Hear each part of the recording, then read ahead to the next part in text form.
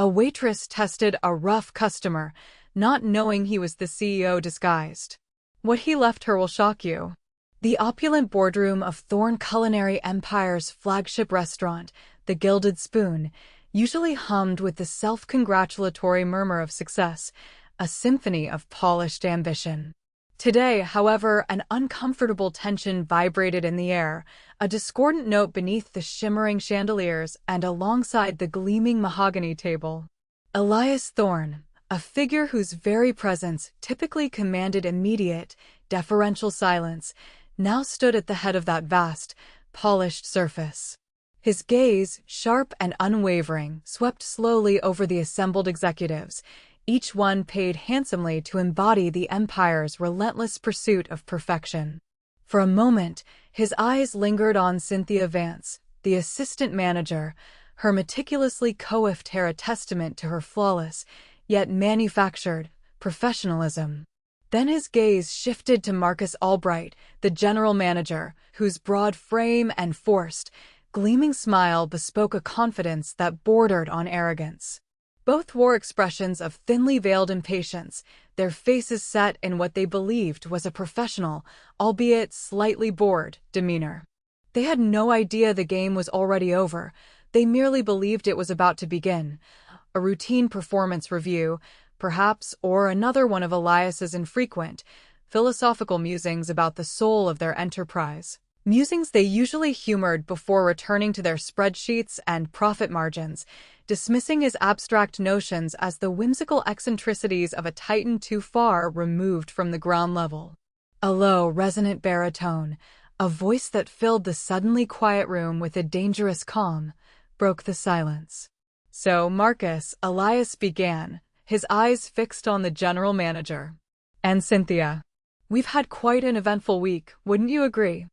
Marcus, ever the first to attempt to seize control of a narrative, offered a forced, almost blinding smile, a practiced reflex of corporate charm. "Indeed, Mr. Thorne. Business has been robust, exceeding projections, particularly with our new VIP initiatives. We're truly elevating the dining experience for our esteemed clientele." He puffed out his chest slightly, a peacock displaying its feathers, convinced of his own brilliance. Cynthia, beside him, nodded vigorously, her own smile a smooth, almost predatory curve. Her voice, smooth as silk, yet with an underlying edge of self-congratulation, added, "Our focus on exclusivity and impeccable presentation has resonated exceptionally well, sir. We've managed to gently dissuade certain, less desirable elements from tarnishing our establishment's image." She spoke of it as an accomplishment, a refined act of curation, completely blind to the contempt that laced her words. A subtle, almost imperceptible flicker crossed Elias's eyes, a shadow of something akin to pity, perhaps even a cruel amusement, at their profound ignorance. He knew precisely who these less desirable elements were, and he knew exactly how they had been gentle dissuaded. The irony was a bitter taste in his mouth, a metallic tang of betrayal. "Less desirable elements," he repeated, his voice devoid of emotion, a dangerous calm before the storm. It was a phrase he had heard before, a casual dehumanization that had become far too common. "Yes, that's a rather descriptive term, isn't it?" He paused, allowing the silence to stretch, thick and heavy, each second amplifying the unspoken tension. "It seems," he continued, his gaze now piercing, directed squarely at Marcus and Cynthia, stripping away their composure, that your focus on exclusivity and impeccable presentation might have, shall we say, overshadowed some of the more fundamental tenets of hospitality. Wouldn't you agree?" Marcus's forced smile wavered, a hairline crack appearing in his polished facade. Cynthia's perfectly arched eyebrows furrowed almost imperceptibly, a minute ripple across her placid surface. They exchanged a quick, nervous glance, a fleeting recognition of a shift, a cold front moving in, but still utterly oblivious to the hurricane about to break. They prepared their usual defenses, their practiced corporate jargon, ready to deflect any criticism with buzzwords about market strategy, brand positioning, and optimized customer segments. Their minds raced, searching for the right corporate euphemism, the perfect spin. Elias, however, had no interest in their well-rehearsed lies, their intricate web of self-deception. He leaned forward slightly, placing his palms flat on the polished mahogany table, a gesture of quiet finality. A single, weighty silence descended upon the room, broken only by the faint, rhythmic hum of the air conditioning. "The game," Elias stated, his voice now ringing with a quiet finality that brooked no argument, "is over. And you, Marcus, Cynthia, have lost." Their faces, only moments before composed and self-assured, now began to contort, confusion battling with a dawning horror. They were still attempting to process his words, to find the hidden meaning, the corporate euphemism, the escape clause. But there was none. Elias Thorne, the empire builder, the visionary, the man they thought they knew, was about to reveal a truth that would shatter their carefully constructed world, exposing the rotten core beneath their gilded exterior. Elias Thorne had not always been the titan of the culinary world, the man who commanded a global empire of high-end restaurants. His journey had begun far from the hushed elegance of the Gilded Spoon, in the humble, bustling kitchens of a small, family-owned diner. There, the aroma of freshly baked bread, sizzling bacon, and brewing coffee was as comforting and enveloping as his grandmother's embrace. He had spent countless hours at her side, a small boy on a stool, watching her hands knead dough, feeling the warmth of the roaring oven, listening to the clatter of dishes and the genuine laughter of satisfied customers. His grandmother, a woman of quiet strength and boundless generosity, had taught him the art of hospitality not from business schools or corporate manuals, but from the genuine smiles of satisfied customers, the quiet dignity of a well-served meal, and the profound belief that food, at its heart, was about nourishment, connection, and joy. He remembered her gentle insistence that every person who walked through their diner door, whether a wealthy businessman or a weary traveler with holes in his shoes, deserved the same warm welcome, the same attentive service. "Elias," she would say, her eyes twinkling, "a plate of food is more than sustenance. It's an offering of care.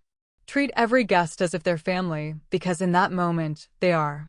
He had built Thorne culinary empire brick by brick, dish by dish, on the bedrock of these simple, profound values, a testament to her wisdom. His first restaurant, a modest bistro, had thrived because of its authentic warmth and impeccable, yet unpretentious, food. Each subsequent expansion was carefully planned, driven by the desire to share that feeling of genuine welcome with more people, to elevate the dining experience while maintaining its human core. Yet, as the empire grew, so too did the shadows. The very success he had meticulously cultivated began to consume the soul of his creation. The kitchens, once vibrant with the passionate energy of culinary artists, became factories of profit, churning out dishes designed for maximum margin rather than profound taste. The dining rooms, once havens of warmth and connection, transformed into theaters of ostentation, where the price of a dish often seemed to matter more than its taste, and the status of a guest, measured by their attire, their connections, or their perceived wealth, outweighed their humanity. Elias, from his gilded perch at the summit of his empire, found himself increasingly alienated, a king surveying a kingdom he no longer recognized, a kingdom where the golden spoon had become a symbol of greed rather than grace. He saw the subtle shifts first, the insidious creep of commercialism. There was the quiet emphasis on upselling, the relentless pressure on staff to prioritize high-spending customers, the increasing disdain for those who didn't fit the elite profile. Then came the more overt signs, the casual dismissiveness of managers toward staff members they deemed low-tier, whispered jokes about patrons who dressed too plainly, the blatant favoritism shown to celebrities and socialites, regardless of their manners or genuine appreciation for the food. Elias had tried to implement changes from the top, issuing memos about guest experience, hosting workshops on genuine hospitality, even delivering impassioned speeches about the company's founding principles, echoing his grandmother's timeless lessons. But his words, it seemed, were just that, words, hollow pronouncements lost in the relentless pursuit of profit and prestige that had permeated every layer of his organization. His executives, blinded by quarterly reports and market share, paid lip service to his ideals while quietly undermining them. They saw his passion as weakness, his principles as outdated. His disillusionment deepened with each passing year, settling over him like a persistent fog. He observed his affluent peers, the very clientele his restaurants now catered to, with a growing sense of despair. Their conversations revolved around stock portfolios, designer labels, and vacation homes, rarely touching upon anything of genuine substance or shared human experience. He saw in them a reflection of the very materialism that was slowly suffocating the soul of his empire, turning a vibrant dream into a cold, calculating machine. The cutthroat ambition he had once admired in his executives had devolved into a ruthless self-interest, a willingness to step over anyone, to crush anyone, to climb higher. Trust, a commodity he valued above all others, became a scarce resource, replaced by suspicion and corporate maneuvering. He began to question if the genuine spirit of hospitality, the very essence of Thorne culinary empire, had vanished entirely, replaced by a cold, calculating machine, devoid of heart. The breaking point arrived subtly, a quiet revelation born from a moment of profound loneliness that pierced through his insulated world. He was at a lavish charity gala hosted in one of his own restaurants, a glittering affair where the elite of society, dressed in their finest, feigned interest in philanthropy while discreetly networking, their gazes constantly seeking out more advantageous connections. He stood apart, nursing a glass of sparkling water, a phantom in his own palace. That was when he overheard one of his senior managers, a man named Bartholomew Finch, a man he had personally mentored from a young, ambitious chef, openly mocking a new busboy. The young man, clearly overwhelmed by the chaos of the event, had accidentally spilled a tray of drinks, drenching a socialite's expensive gown. Bartholomew, instead of offering comfort or even a stern but private reprimand, had sneered, loudly enough for several others to hear, "Look at that clumsy oaf. Only fit for scrubbing toilets. Why do we even hire these lowlives?" Bartholomew had then chuckled, a cold, dismissive sound, while the socialite shrieked.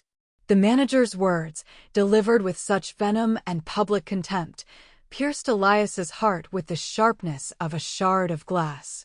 It wasn't just an isolated incident, it was symptomatic of a pervasive rot, a deep-seated contempt for those deemed beneath them, for the very people who kept the engines of the empire running.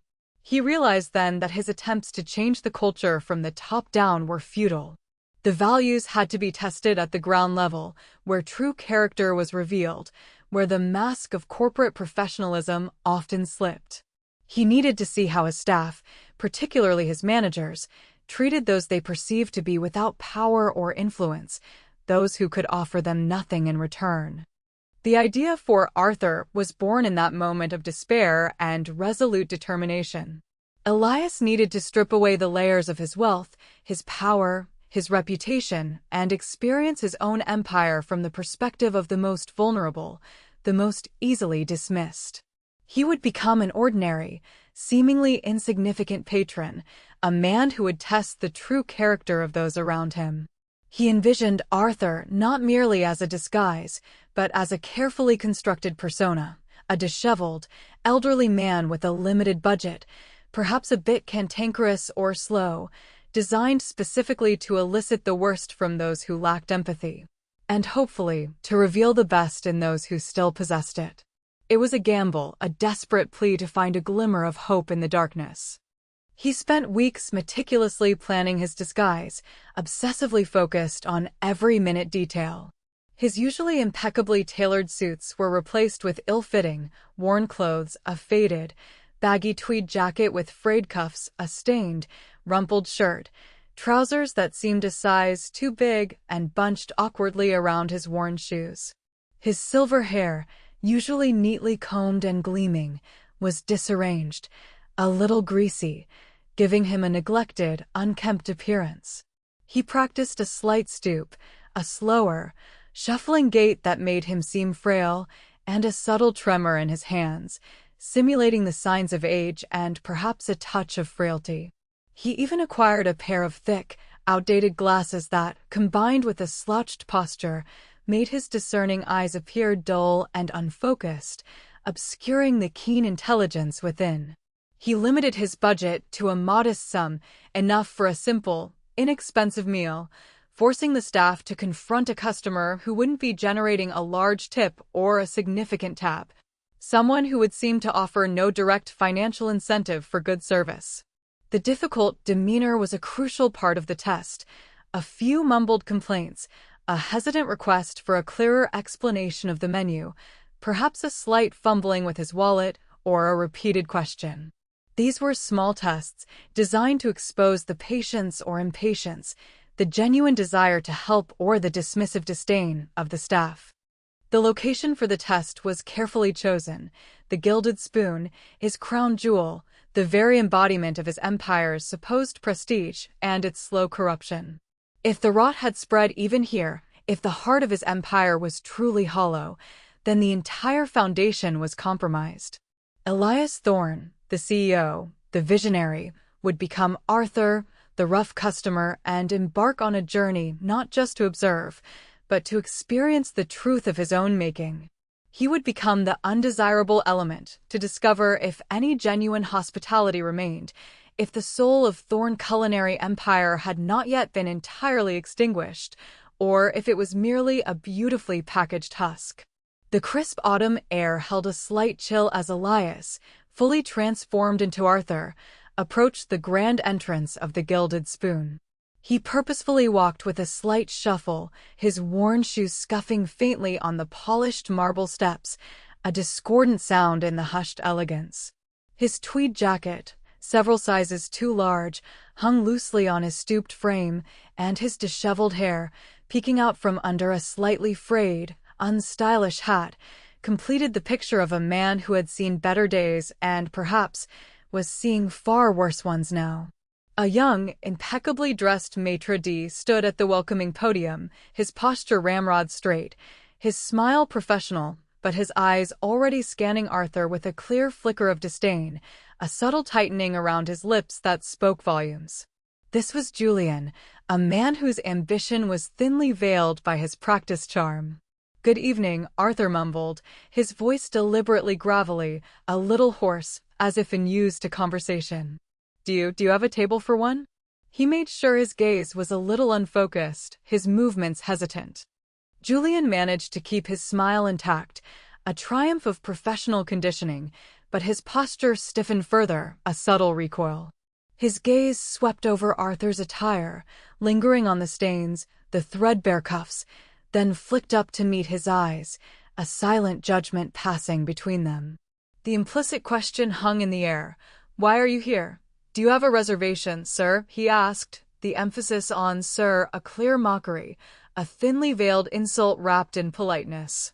No reservation," Arthur replied, fumbling slightly with an imaginary wallet in his pocket, making a show of searching for something that wasn't there.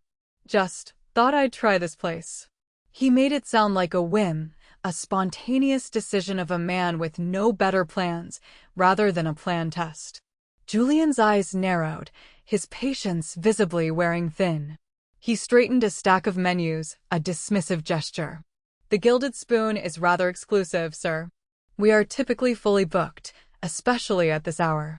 He made no move to check a reservation book, his tone clearly dismissive, designed to discourage, to make Arthur feel unwelcome without uttering the direct words. He simply gestured vaguely to the opulent, bustling dining room, implying its inaccessibility.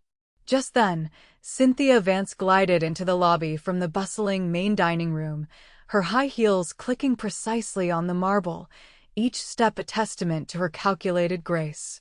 She was a vision of corporate elegance, her tailored suit exuding authority, her perfectly styled bob shimmering under the soft lights, a beacon of superficial perfection. Her gaze, sharp and assessing, immediately landed on Arthur, and a look of pure exasperation, a flicker of disgust, marred her otherwise flawless features. She saw him as a contaminant, a stain on the pristine canvas of her restaurant's meticulously crafted image. "Julian, is there a problem here?" she purred, her voice dripping with an icy politeness that was far more cutting than outright rudeness, a razor blade disguised as silk. Julian, visibly relieved to have a superior to defer to, gestured vaguely at Arthur, a gesture that conveyed both dismissal and mild annoyance.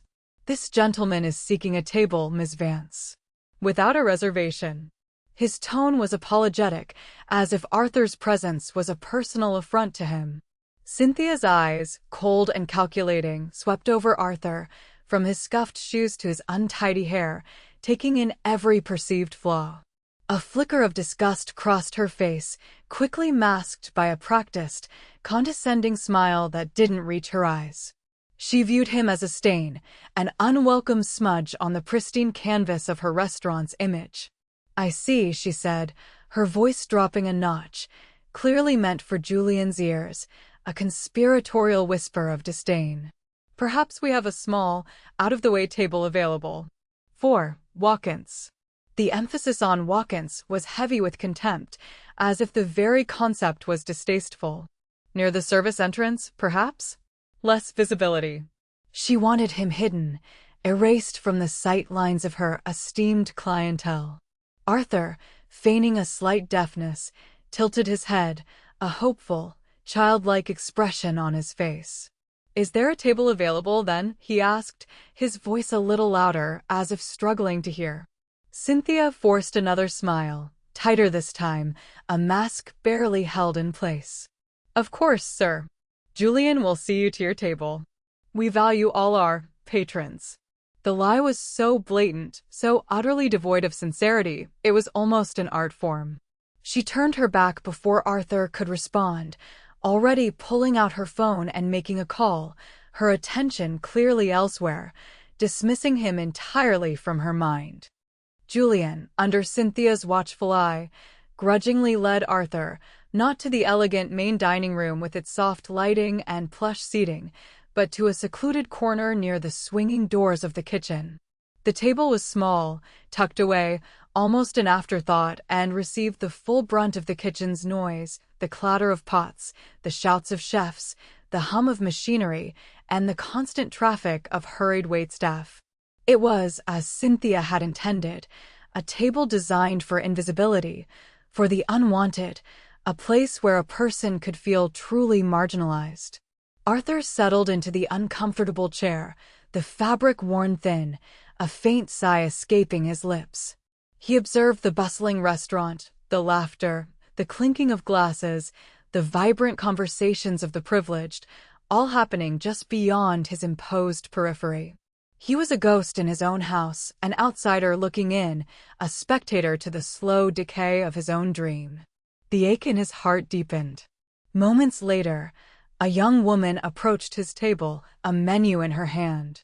Her uniform, though crisp, seemed a little too large for her slender frame, hinting at a recent hire or perhaps a uniform that had seen many previous wearers. Her face was tired, etched with the faint lines of stress that came from long hours and demanding superiors, but her eyes, a warm hazel, held a genuine spark of kindness, an unextinguished flame of humanity. This was Alara. "Good evening, sir," Alara said, her voice soft but clear, completely devoid of the judgment that had colored Julian's and Cynthia's tones. Her posture was not rigid, but relaxed, inviting. "Welcome to the Gilded Spoon. Can I get you something to drink while you look over the menu?" She didn't flinch at his disheveled appearance, didn't glance at his worn clothes. Her focus was entirely on him, the customer, treating him as she would any other. Arthur, feigning a slight difficulty with the menu, squinted at the elaborate descriptions, which were indeed dauntingly complex. "It's quite a lot," he mumbled, turning the large, ornate menu over. "Do you have A simpler menu?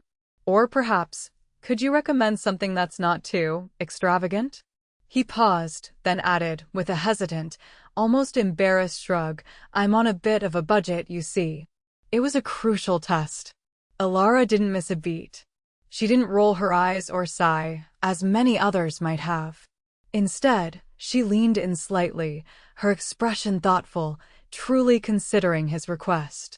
Of course, sir, she replied, her voice empathetic, without a hint of condescension. I understand completely. We have some wonderful daily specials that are quite satisfying and offer excellent value. For example, our pan-seared salmon with roasted vegetables is perfectly balanced, and the chef prepares it beautifully. Or our classic braised short rib is incredibly tender and flavorful of a really comforting dish. Both are very popular and reasonably priced for our establishment. She pointed to the items on the menu, patiently explaining the ingredients without making him feel uncultured or inferior, speaking to him as if he were an esteemed patron making a perfectly reasonable inquiry. Arthur chose the salmon, feigning a moment of indecision before finally settling on it. Just water, please, he added, to emphasize his limited budget, watching her reaction closely. Alara nodded. Certainly. I'll be right back with your water, and then I'll put in your order for the salmon. She smiled, a small, tired but genuine smile, and walked away with a quiet grace, her movements efficient and kind. Elias felt a faint stirring of hope within him, a fragile warmth in the cold core of his empire. As Alara disappeared into the kitchen, Marcus Albright, the general manager, made his appearance. He was a portly man with an inflated sense of self-importance, his suit impeccable, his smile broad and artificial, reserved only for those he deemed worthy. He spotted Arthur, tucked away in his corner, and his face instantly soured, a flash of irritation crossing his features. He strode over, his movements stiff with indignation, his presence radiating an aura of displeasure.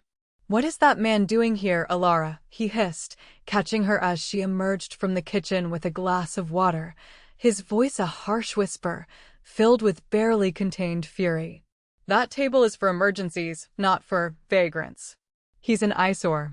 He's ruining the ambience. Does he even have a reservation? His eyes darted around, anxious that other guests might notice the undesirable customer.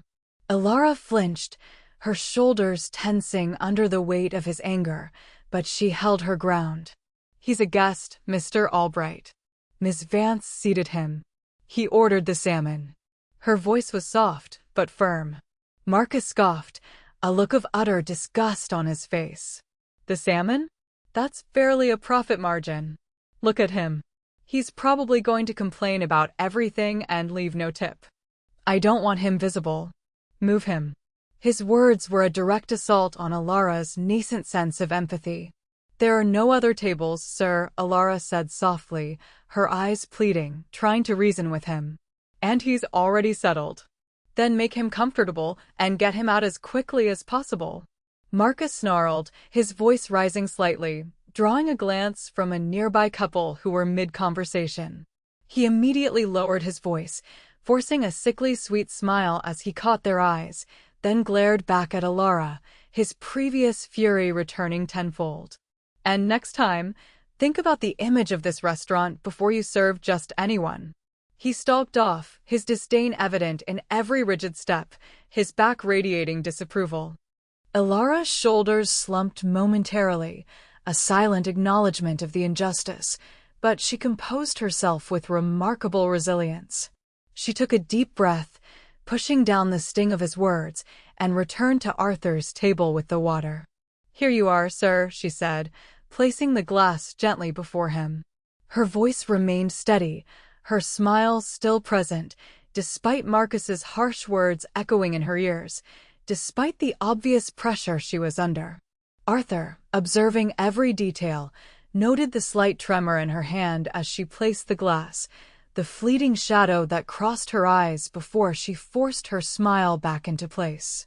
He saw the genuine struggle, the internal battle between self-preservation and decency.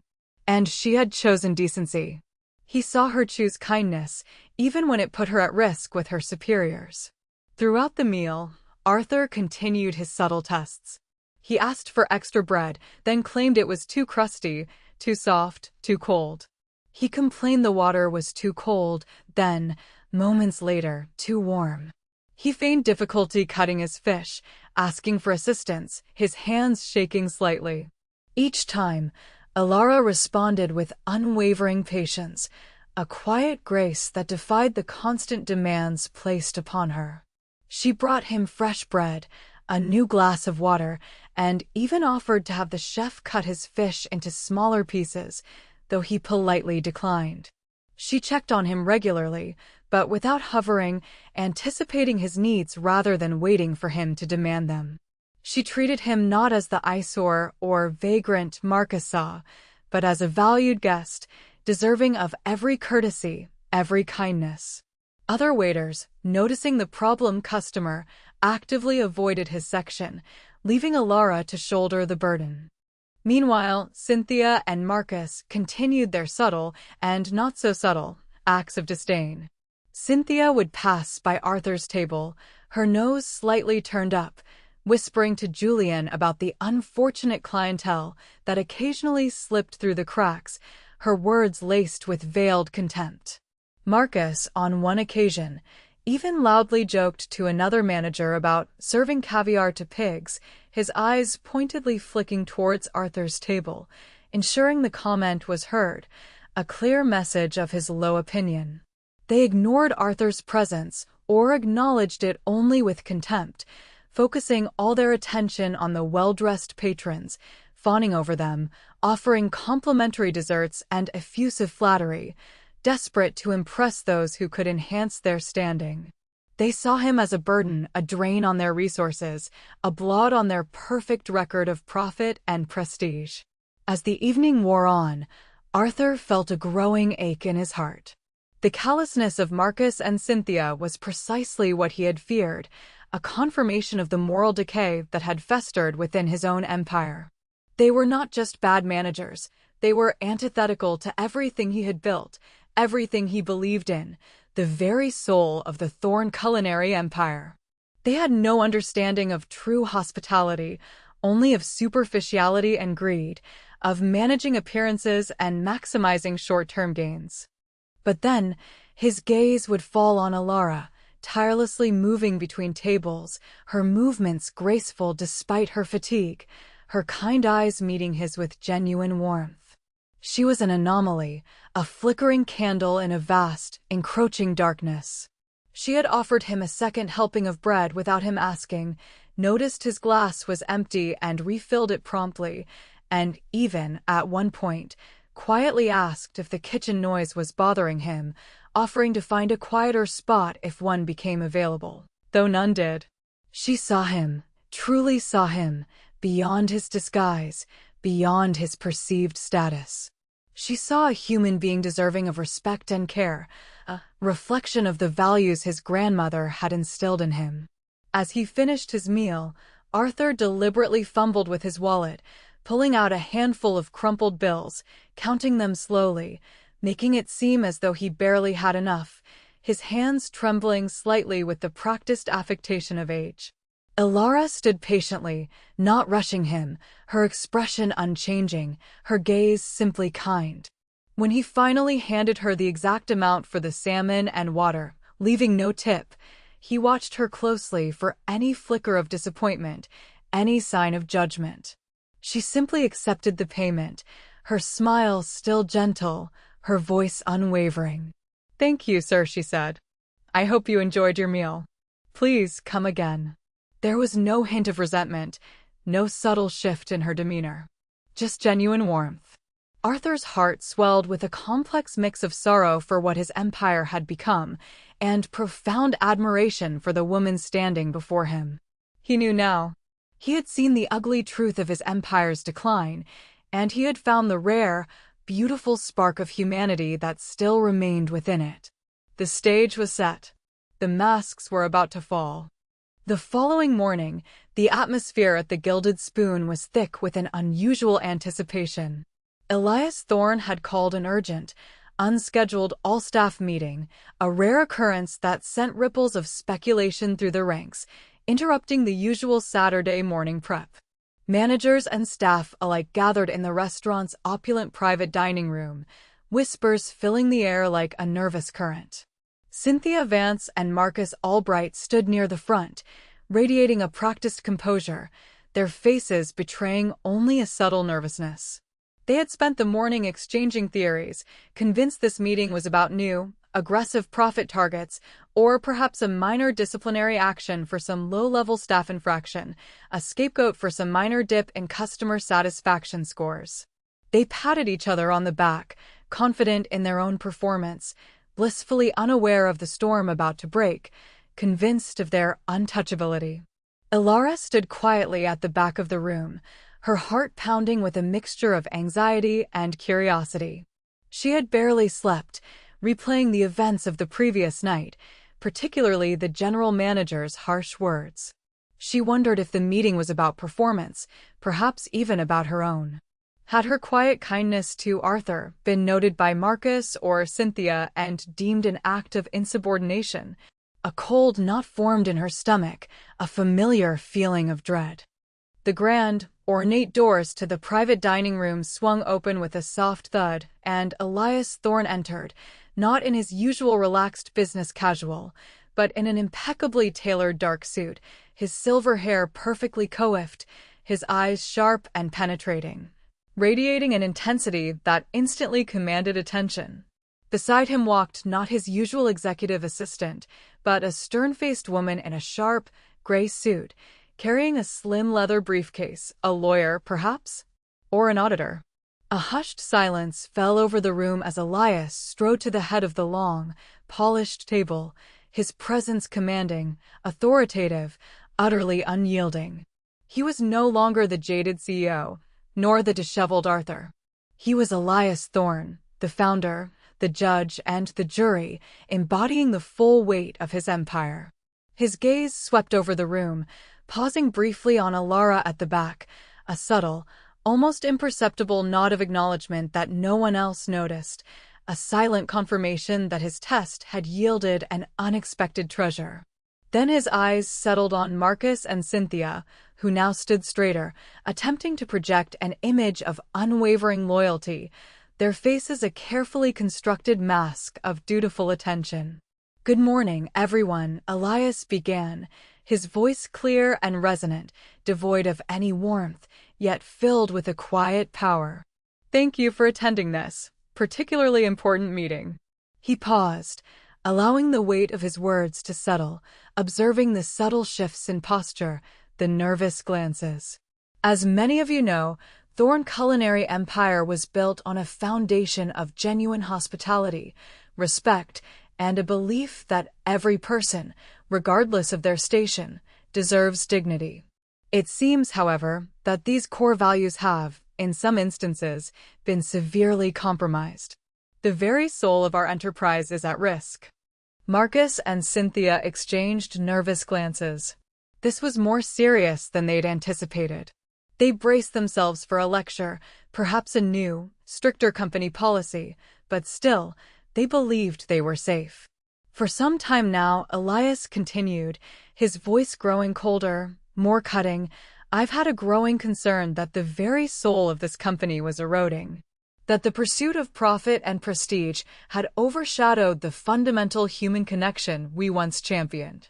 I needed to see for myself, to truly understand how my own people were treating those they perceived as less desirable." His eyes fixed on Marcus and Cynthia, whose forced smiles had now completely vanished, replaced by a growing unease. Therefore, Elias stated, his voice now laced with an unmistakable edge of steel, a finality that brooked no argument, "I undertook a personal audit. A very personal audit. One that involved me experiencing the Gilded Spoon, not as its owner, not as Mr. Thorne, but as a guest. A guest you, Marcus, and you, Cynthia, deemed utterly unworthy." A collective gasp rippled through the room, a wave of shock and disbelief. Marcus and Cynthia's faces went from nervous to a sickly shade of white, the blood draining from them. Comprehension, slow and agonizing, began to dawn upon them, a cold, crushing realization of their colossal error. Elias's gaze burned into theirs, unforgiving. "Do you recall Marcus, the disheveled, elderly man who dined here last night? The one you referred to as a vagrant, an eyesore, and whom you wanted out as quickly as possible because his presence supposedly tarnished your image." Marcus's mouth opened and closed like a fish out of water. His eyes darted wildly, searching for an escape, a denial, a path to equivocation. He stammered, "Sir, I don't. I mean, I was just." "And you, Cynthia," Elias interjected, cutting him off with ruthless precision, his voice a hammer blow.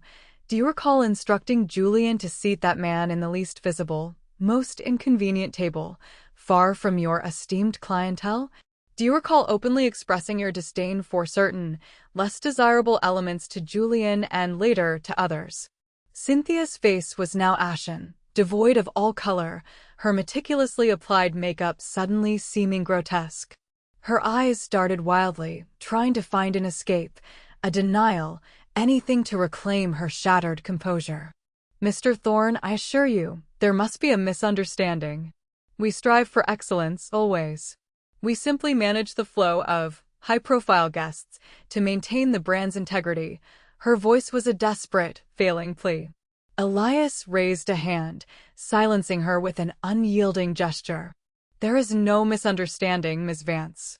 Because that vagrant, that eyesore, that undesirable element was me." The revelation hit the room like a sonic boom.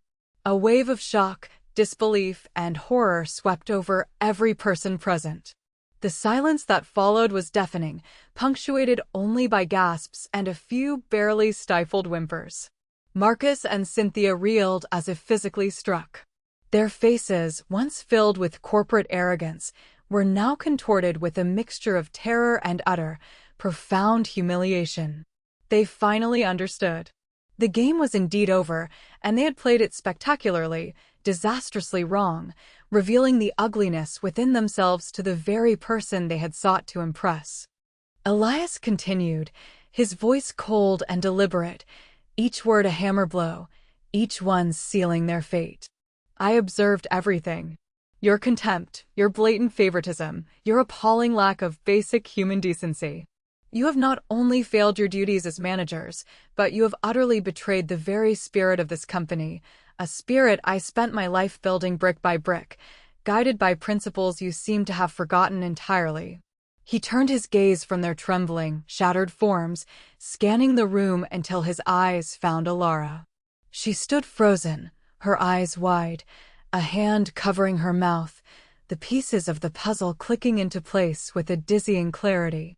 She remembered the man, Arthur, the tests, the kindness she had shown without hesitation, the harsh words from Marcus.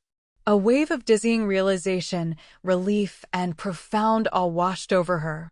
"However," Elias said, his voice softening slightly, a subtle warmth entering his tone as he looked directly at Alara, "there was one individual who shone brightly amidst this darkness. One person who, despite the pressure, despite the perceived low status of the customer, upheld every single value this company was founded upon. Alara." All eyes in the room swiveled to Alara, who suddenly felt the intense, overwhelming weight of everyone's gaze. She was a deer caught in headlights, overwhelmed by the sudden, unexpected spotlight, her cheeks flushing. "Alara," Elias continued, his voice now imbued with a quiet power, a deep sense of conviction, "you treated Arthur with unwavering kindness, patience, and dignity.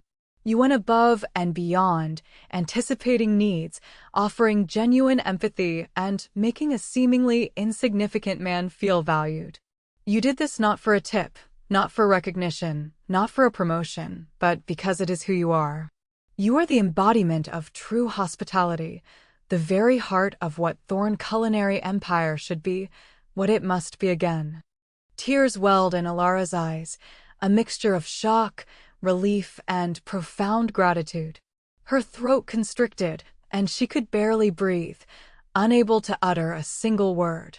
Elias turned back to Marcus and Cynthia, his expression hardening once more, the warmth utterly gone. As for you two, your actions are not only a breach of professional conduct, but a moral failing that I cannot and will not tolerate. You have proven yourselves unfit to lead, unfit to represent the values of this company.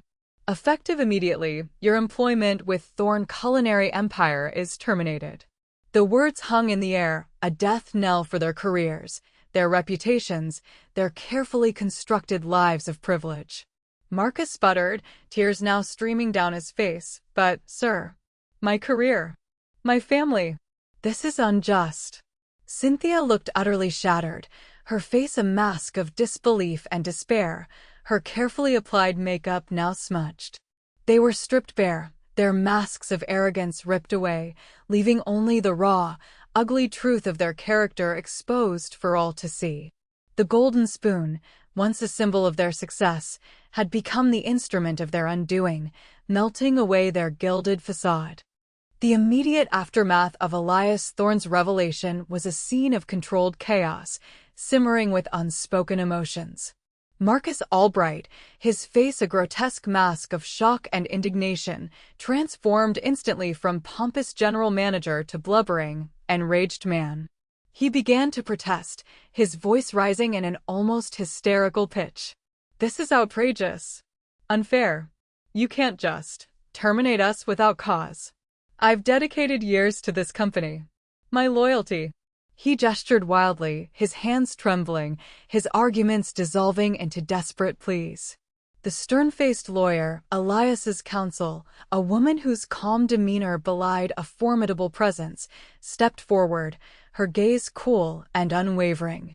Mr. Albright, Miss Vance, she stated, her voice devoid of emotion, cutting through Marcus's protests with surgical precision, your actions, as observed and documented by Mr. Thorne, constitute gross misconduct and a direct violation of company policy regarding guest treatment and ethical conduct. Furthermore, a full audit of your financial records and operational decisions will commence immediately, reviewing every expense, every decision. I advise you both to vacate the premises within the hour, or we will be forced to involve security for trespass. Cynthia Vance, her usually sharp mind paralyzed by disbelief, could only stare blankly, her perfectly made-up face streaked with tears that silently carved paths through her foundation. Her carefully constructed world, built on appearances, ruthless ambition, and the illusion of superiority, had crumbled in an instant. She had chased status, scorned the unworthy, and in doing so, had utterly destroyed herself, not just her career. The whispers that immediately began circulating among the other staff members were like daggers, each one a testament to their long-held resentments against the arrogant duo.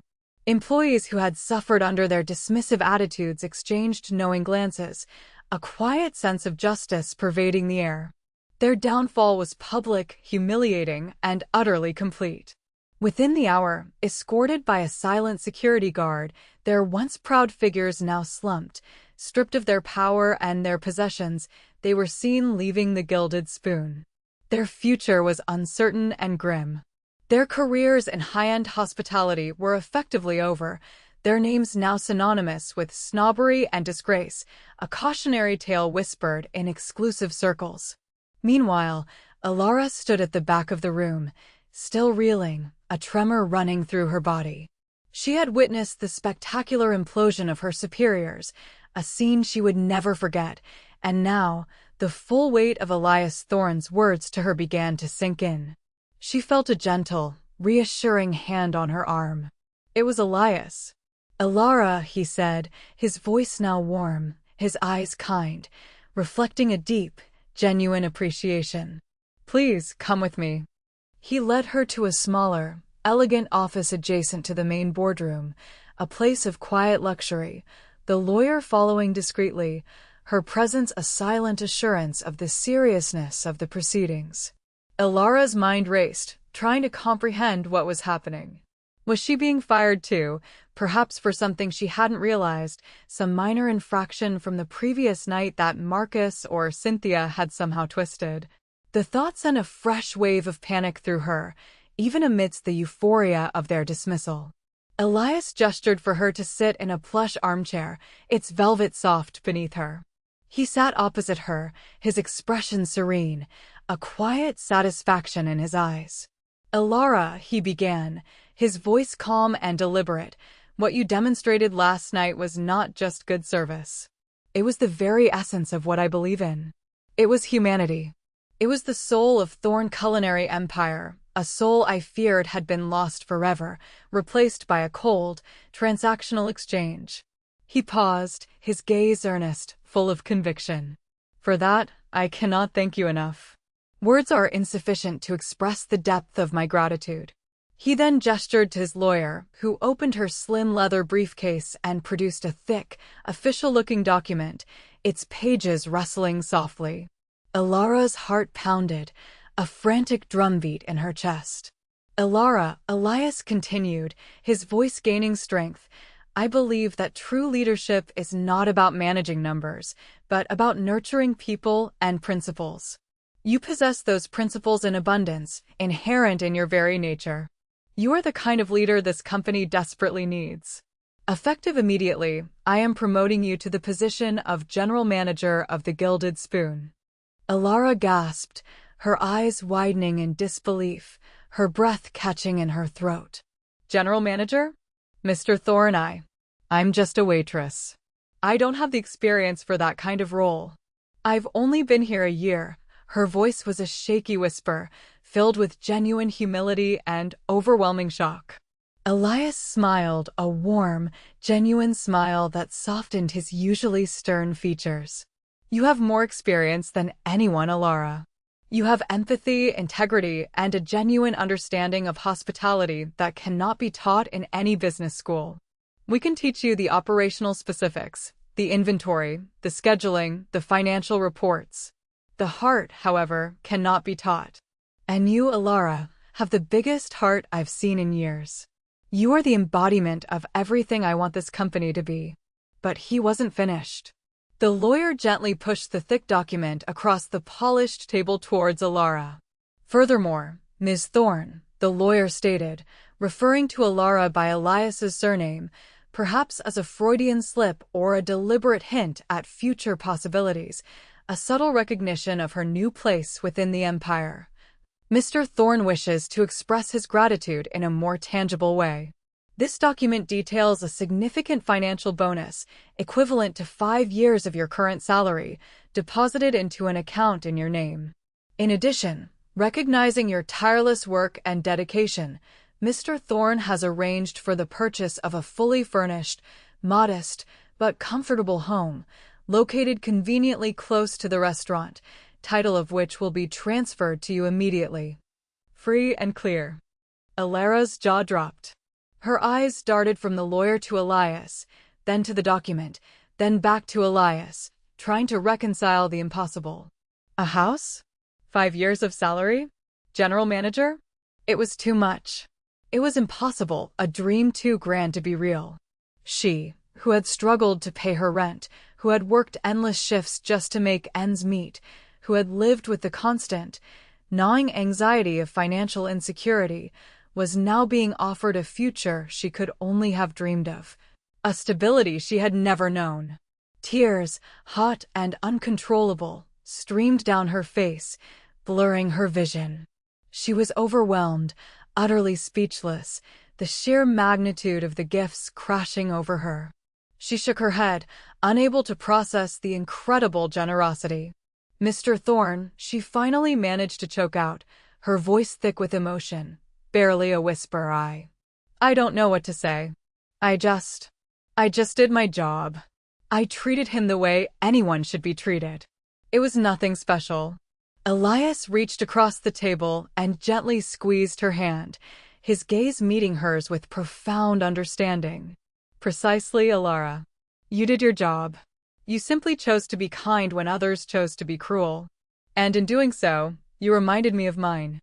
You are a beacon, Elara. And now you will help me light the way for the rest of Thorn Culinary Empire to remind everyone what true hospitality means. The weight of the world, the crushing anxiety of financial struggle, the constant pressure from her superiors, all seemed to lift from Alara's shoulders in that moment, replaced by a lightness she had never known. She had walked into the meeting fearing the worst, dreading dismissal or reprimand, and now she was walking out with a future brighter than she could have ever imagined, all because she had simply chosen to be kind. Months passed, and the transformation within Thorn Culinary Empire was palpable, spreading like warmth through a chilled room. Under Elias Thorne's renewed, vigilant leadership, and with Alara as a shining, living example, the flagship restaurant, the Gilded Spoon, began to shed its cold, elitist veneer. Alara, despite her initial apprehension, embraced her new role as general manager with a quiet determination and an innate grace. She possessed a natural authority born not of power, but of respect. She implemented new training programs that emphasized genuine customer care over superficial appearances and empathy over profit margins. Her philosophy was simple: treat every guest with dignity, every staff member with respect. She mentored the staff, encouraging them to see every guest, regardless of their attire or perceived wealth, as a human being deserving of respect and excellent service. The whispers of disdain that once permeated the halls were replaced by genuine camaraderie, the forced smiles by authentic warmth. The restaurant, once a monument to pretense and status, slowly but surely began to reclaim its soul, returning to the spirit of hospitality upon which Elias had originally built his empire, a true return to its roots. Elias Thorne, now revitalized and deeply satisfied, found himself reconnected with the core values that had once fueled his passion. The disillusionment that had plagued him for years began to recede, replaced by a renewed sense of purpose, a vigor he hadn't felt in decades. He often visited the Gilded Spoon, not as a disguised observer, but as a proud patron, a benevolent presence, watching Alara navigate her new responsibilities with grace and quiet authority. He saw the genuine smiles of the staff, the relaxed laughter of the guests, the effortless flow of true service, and knew that his drastic, uncomfortable test had been worth every moment of discomfort. He had found his beacon and, through her, had reignited the flickering flame of his empire's true purpose, ensuring its legacy would be built on heart, not just gold. Marcus Albright and Cynthia Vance, their names now whispered as cautionary tales in the industry, found themselves utterly cast out, their once golden careers evaporated. Their arrogance and disdain had cost them everything. Marcus, unable to secure any respectable position in the high-end sector, his reputation irrevocably stained, eventually found himself working in a low-paying, thankless job, far removed from the lavish lifestyle he once enjoyed. His once pompous demeanor was replaced by a bitter resentment, a constant stew of self-pity and anger. Cynthia, her reputation shattered by the public humiliation, struggled to regain her footing, her dreams of corporate ascent utterly crushed. She found doors closed to her, phone calls unanswered. They had built their careers on the shifting sands of superficiality, on the exploitation of appearances, and when the tide of truth came in, their foundations crumbled, leaving them with nothing but the consequences of their own moral bankruptcy, a stark, painful lesson in hubris. Alara, on the other hand, flourished. Her new home, a cozy haven of peace and security, brought her a comfort she had never known, a place to truly rest and recharge. Her financial stability allowed her to support her family back home, to breathe without the constant weight of worry, to look to the future with optimism. But more importantly, her work brought her profound fulfillment. She was not just a manager, she was a leader, inspiring others with her quiet strength and unwavering kindness, a living testament to the power of genuine empathy. She often thought of the disheveled man, Arthur, and the incredible, life-altering kindness she had shown him, simply because it was the right thing to do, because it was who she was. She never forgot the lesson that kindness, offered without expectation of reward, often returns in the most unexpected and magnificent ways, a cascade of blessings.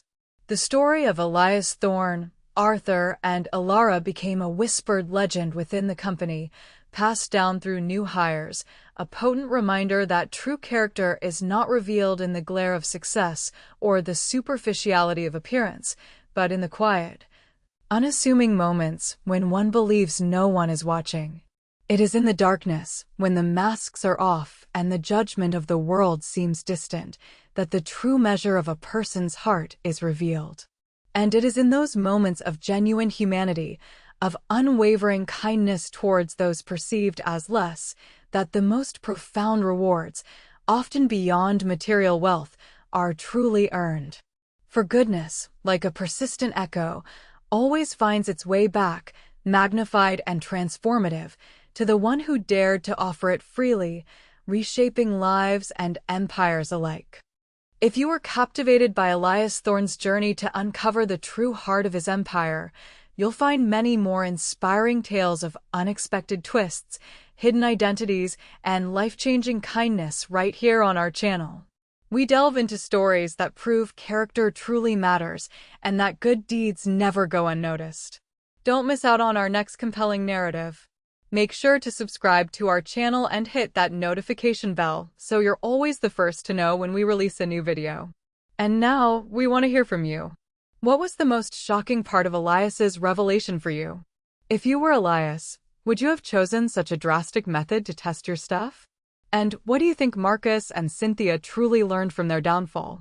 Share your thoughts and reactions in the comments below. We love reading what you think.